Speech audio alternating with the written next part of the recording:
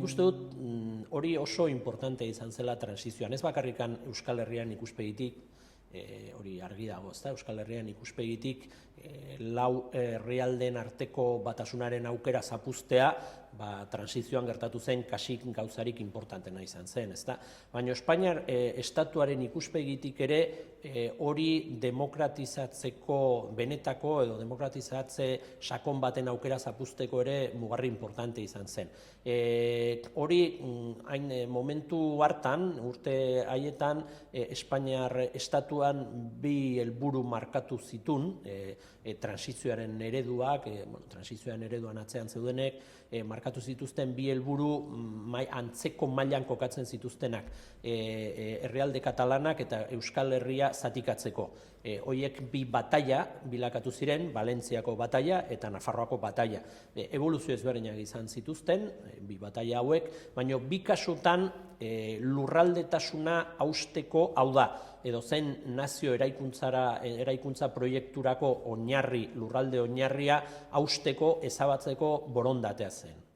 Eta bi kasutan, esanguratxoki, saiatu ziren batetik autonomia estatuto ezberdinak inposatuz, Euskal Herriaren kasuan Araba, Bizkaia eta Gipuzkoarako autonomia estatuto bat eta Nafarroarako foru hobekuntza, eta herrialde katalanetan, alde batetik hileak, bestaldetik komunitate valentziana deitzen dutena, Pais Valentzia, eta hirugarrena Prinzipat Katalunia deitu zutena.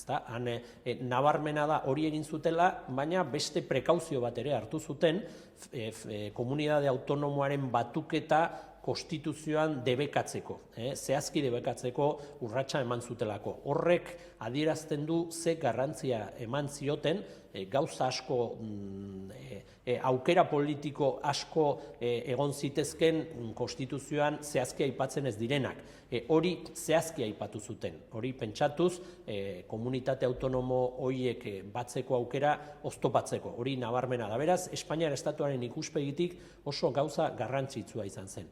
Beraiek bazekiten izugarrizko energia demokratizatzailea, energia eraldatzailea eta eraikitzailea zegoela garai hartan Araba, Bizkaia, Gipuzkoa eta Nafarroan. Eta bazekiten lau herrialden arteko batasunetik etorriko zela energia horren biderketa. Horregatik beraiek nahi izan zuten hori zatitu, eta gainera operazio horretan oso importantea zen EAJ-rekiko konplizidadea. Nolabait EAJ erreforman uztartzeko aukera bat zegoen, hain zuzen ere berari EAJ-ari protagonismo handia emanaz, barkatu, baina Nafarroa eta Araba, Gipuzkoa eta Bizkaian artean horrelako harresi bat eginaz, garai hartan EAJak joku horretan parte hartzea onartu zuen, zatiketa ere onartu zuen, eta ondorioak denok ezagutzen ditugu, baina orduko gertaera horiek benetan oso importanteak izan dira, eta azkenengo 3 hamarkadetako egoera baldintzatu zuten.